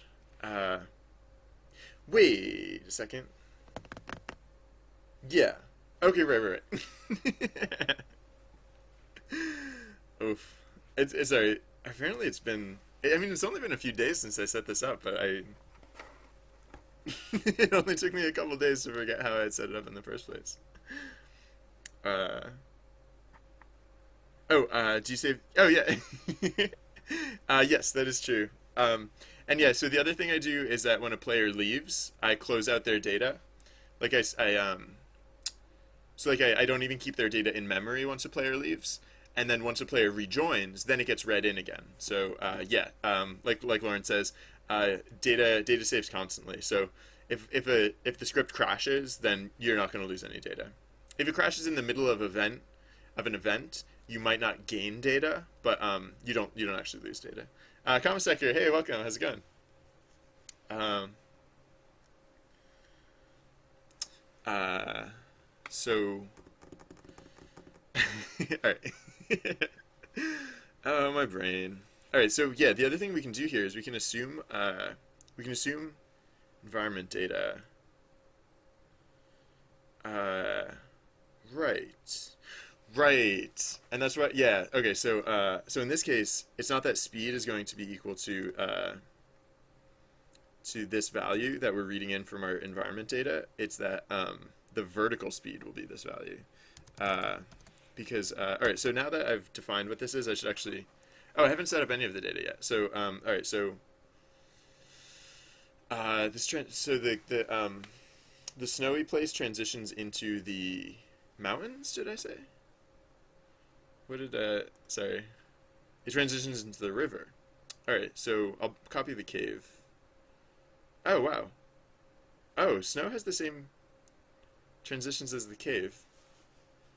The mountain can go to the mountain can go to the cave or to snow, and then the cave can go to the river and snow can go to river. Is that weird? Do I not want it to be that duplicative? Um hmm. I think it's fine actually. Yeah, I think that's fine. Because the next thing I'm gonna do is like, oh wait, the next thing I was thinking of doing was forest to snow, which again is very similar to what mountain does. Like forest from forest to mountain and then to snow. Huh. Maybe I should shake that up. Maybe I shouldn't. No, I kind of like it this way. I think it seems weird to me because we have relatively few backgrounds still. But once we have it fleshed out a bit more, I think it'll actually be good that way because I think instead of being like a bunch of very short loops, it'll be like a very variable longer loop. Uh, and so then yeah, so just I guess part of the weird thing is that it just happens to uh, it just happens to be a little yeah, it follows a predictable sort of measure. The difference I guess would be that the snow doesn't transition directly to the forest, although that would be a sensible transition, going from going. Oh, that's funny. That would be a very sensible transition to the snow going to forest, which I guess it could. There's no reason it couldn't per se. Maybe forest will go to snow at some point someday. No, it probably won't. There'll be other there'll be other transitions, and like there's no reason I couldn't add in that transition if I felt like it. Yeah. Anyways, all right. So I'm gonna copy cave here. I'm gonna rename it. I've just been calling it snow, and that's fine for now. So the thing that I need here is a data file. So kind of like what we have for the river, we need data.txt, and so the data file that we set up for the river had the first value indicates the environment type. So instead of 1, we want it to be 2 now, and then these values represent the vertical on event type 1 or environment. Excuse me, event time. Uh, on environment type 1, these values represented horizontal speed, but for environment type 2, they're going to represent vertical speed. So what do I want the vertical speed of snow to be? I know I want it to be very light, so I want it to be like 2. Yeah, so it'll click down 2 pixels each frame. I might want to actually put it down to 1, but I'll start it at 2 for now. And see how that looks. So these zeros are the foreground layer and the layer in front of that, which don't actually exist yet, but I anticipate them to exist at some point, so I'm just putting them in for now, because it doesn't hurt to have them there for now. Alright, so, yes. Alright, so now the snow looks exactly like the cave. There's no difference between the two. They're literally identical. But, whatever. Alright, so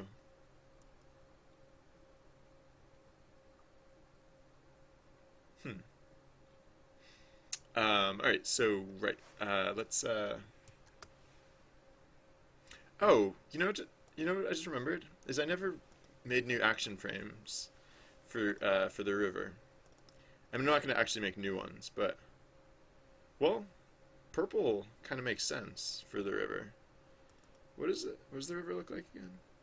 Purple? Purple probably actually looks fine here. I might just leave it at purple.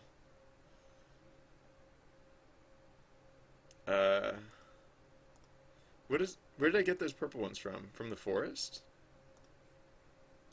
Probably. BG's. The forest? Yeah, the forest has purple ones.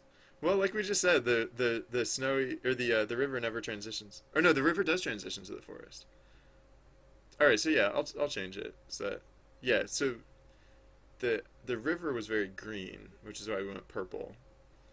The forest is a little bit, or no, the forest is very green, which is why I went purple. But the river is also very green because it's a little yellowish and it's a little bluish. But I guess it's more blue than it is yellow. So I'll shift it a little. I'll shift the purple a little more towards the reddish side. Oh no, we can't, because if it gets too I'll just make it a slightly different tone, but it'll be a very similar tone. Oh no. Yeah, no, the forest one was actually a little redder to begin with, but so maybe I'll make it a little more orangey. The cave is pretty orangey though, right? Yeah, the cave is pretty orangey. I don't know. It doesn't have to. This doesn't have to be special. I just like that they're. If I'd like them for them. I'd like for them to be slightly distinguished. So I don't know. It doesn't really matter what color I make it, as long as it's a slightly different color. So adjust hue saturation. Let's yeah. If I go pink, it will go. If I go in this direction, it'll get too close to the chroma key color, and it'll start to turn invisible. I don't really want to go blue though. I was saying orange, so I'd have to like go cleanly to the other side. So maybe more red. I wonder if is that too close to the chroma key color? Sorry, I'm putting the pink back on screen. Is that gonna be too close? That is pretty close. Uh, huh.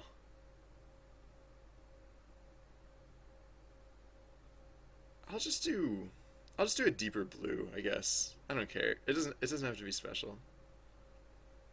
I'll just be like slightly blue, like somewhere between bluer and purpler. It just really doesn't matter if the difference is perceptible. Uh, all right, that's fine. I don't care. Um,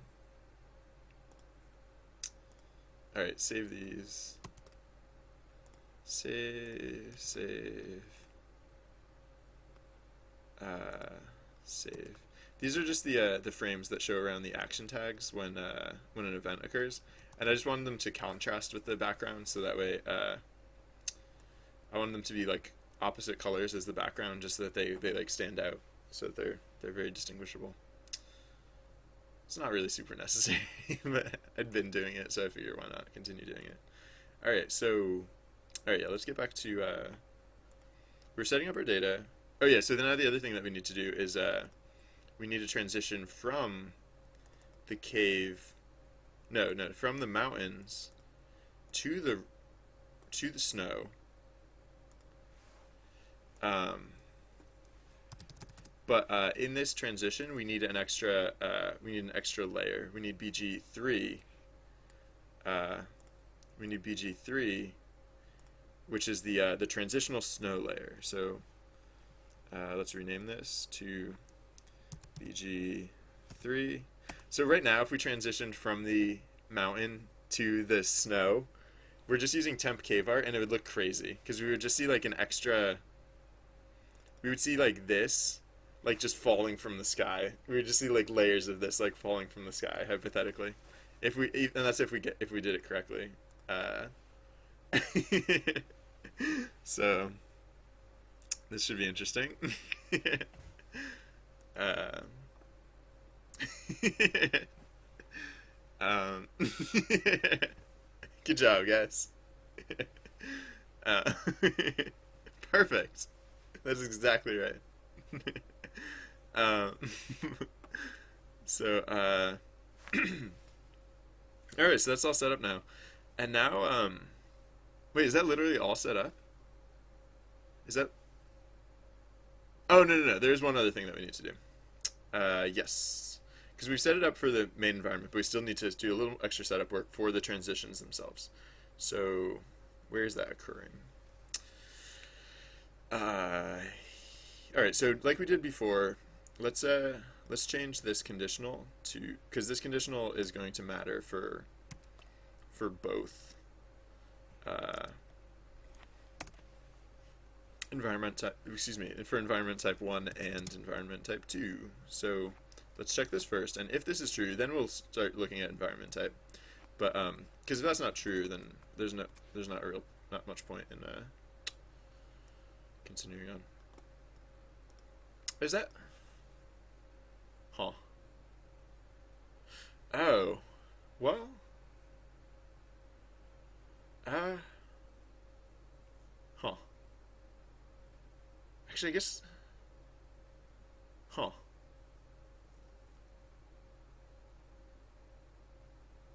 Nah, whatever. I don't care. We're doing it this way. Alright, so, it's just occurring to me, like, this is a quicker check than this one. So, like, that's why I had them ordered that way. But I don't really care. Again, what I really should do is someday optimize all of this stuff. But, I don't think this point of optimization is going to make a huge difference. Alright, so, yeah, so then the other thing, like before, so that's everything that we do in event type. Or, excuse me, in whoops, no, cut it off too soon. That's everything we do in environment type 1. So now let's check if not environment type 1, else if oops if the next environment dot type equals 2, then yeah. So now we'll do something similar to what we did up here, except we'll do it for the next environment. So I'm going to sloppy and paste this whole big chunk down here, and so now this is horribly incorrect. There are a number of things that we have to do before this will be correct. For one thing, we have to change these references to environment to next environment, because we're not caring about the current environment right now. We're caring about the next environment. So if the next environment layers whatever vert scroll plus equals or minus equals, etc. Yeah, so this reference to environment is supposed to be next environment. I mean, there might be a reference to environment that is correct, but for the most part, these should all change to next environment.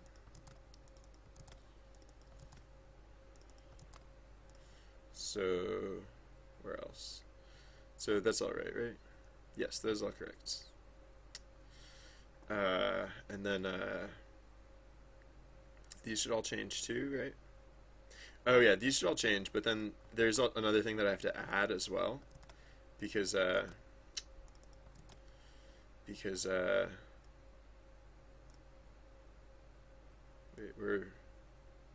the last three references. Oops. All right, yeah, there's something that I have to add as well because this is the next environment. I'm not automatically updating its.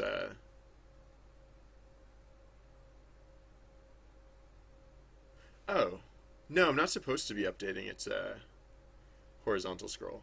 Right. I don't update its horizontal scroll because I don't need to because I can use the horizontal scroll of the current environment. So actually there was one thing that I changed that I was not supposed to change, and it was actually these last two.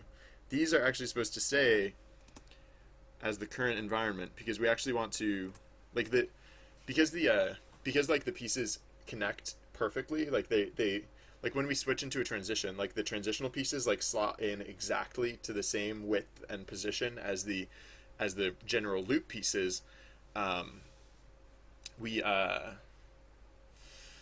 excuse me, we uh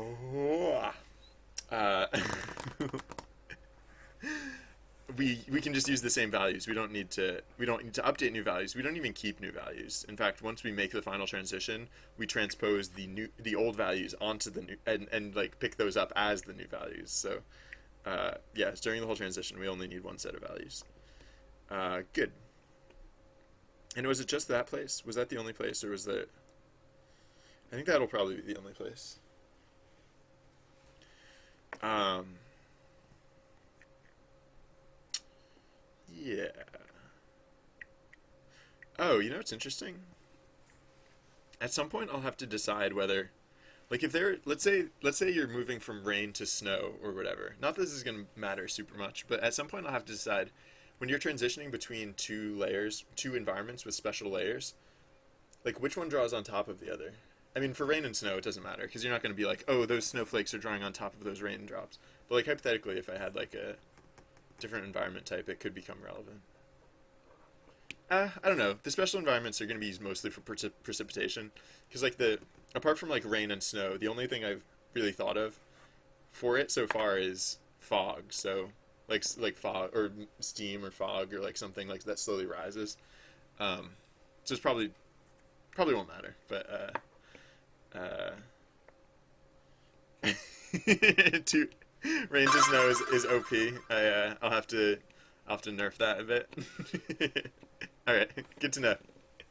Thanks for looking out. Marklander, you're like the most positive person that I think I've maybe ever met. You're like a font of optimism, and I love it. Thank you. Sorry, I'm just having a sip.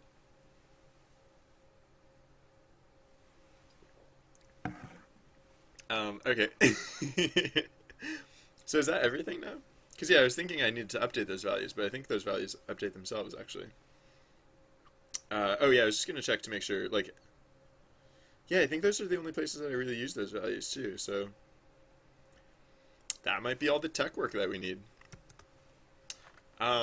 So I think for starters, I'm just gonna make a. Oh, okay. So yeah, something I should mention is that since we're working on art today, I'm gonna make the game look crazy. I'm gonna make it look crazy bonkers while I work on it, just to see if just to see if it's looking right. Oh wait.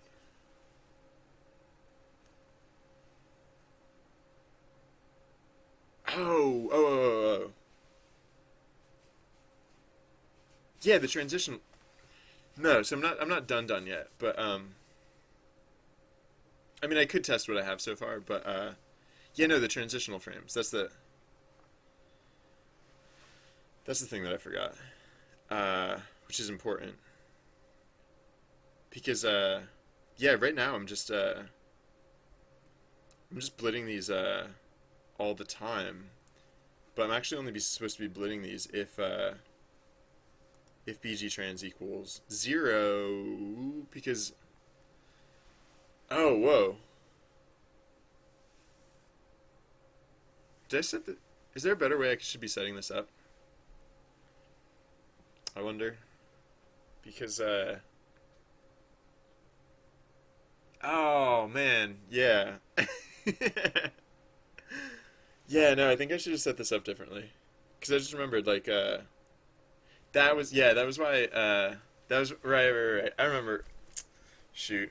All right, so this would work, except this would just be this would not actually employ the transitional pieces. So like it would. Should I just skip the transitional pieces? Like that might be easier, actually. No, I should probably do them. Probably.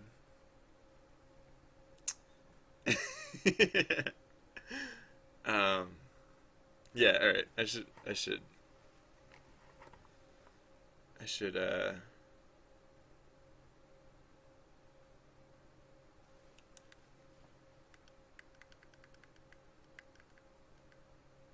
Oh wow.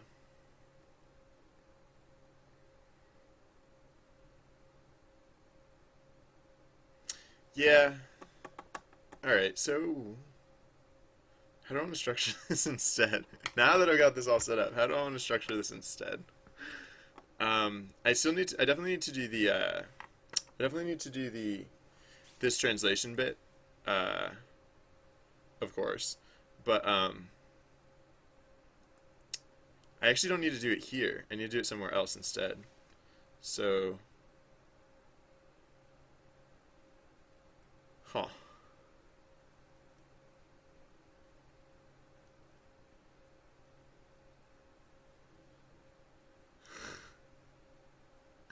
I actually have to. I forgot about how. Yeah, my transitional system is actually really weird. Like transitioning between environments, it's so weird that like this section here actually like dictates a lot of it. Um, Actually, no, I guess it's not that weird. It's like this section here that dictates how the mid ground layer transitions. So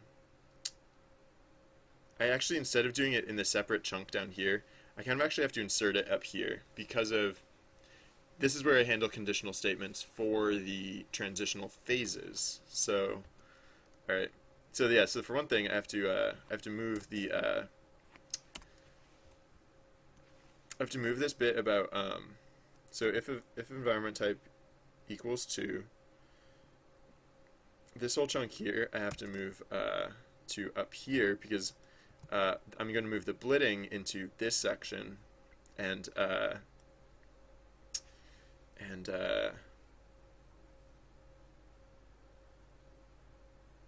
so we have to have it done first. We have to have the translation done first. So let's get rid of this because we don't need it here anymore. And then again, this is going to move as well. Huh. I maybe I should have I probably should have done all of this all at once. I don't know. Because it was very clear in my mind the other day. And then oh hey, I'm sorry for mispronouncing your name. H2 hey. H2 H sorry. Welcome and hello. I apologize. I'm really bad at pronouncing things. In fact, if anyone has a mispronunciation request, feel free to ask in chat. I will mispronounce whatever you would care to hear me mispronounce. It's the least I can do. Um, so, right. Right. So, alright, we can skip this high thing. Because we're going to have to do this separately. Either way. And so we can unindent this.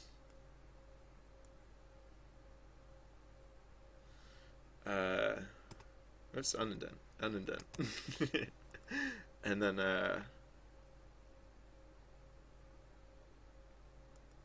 wait, what is this? V height. Did I forget to delete this? Oh, did I delete the wrong section? No. No. That's. I remember what this is. All right. Oh gosh, I don't know if it's the end of the. It's because it's the end of the week. HD. All right. Thank you. I can do that. Uh, welcome HD. Um, I don't know if it's because the end of the week or it's because I just like my brain is literally melting, but I'm just like fumbling hard today. Um, the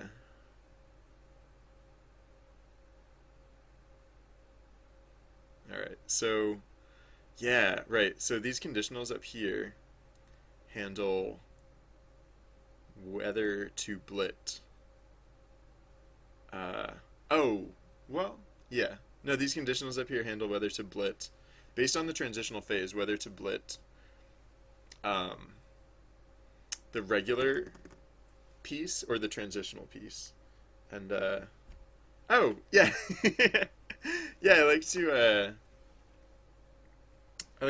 to see who else is doing cool game dev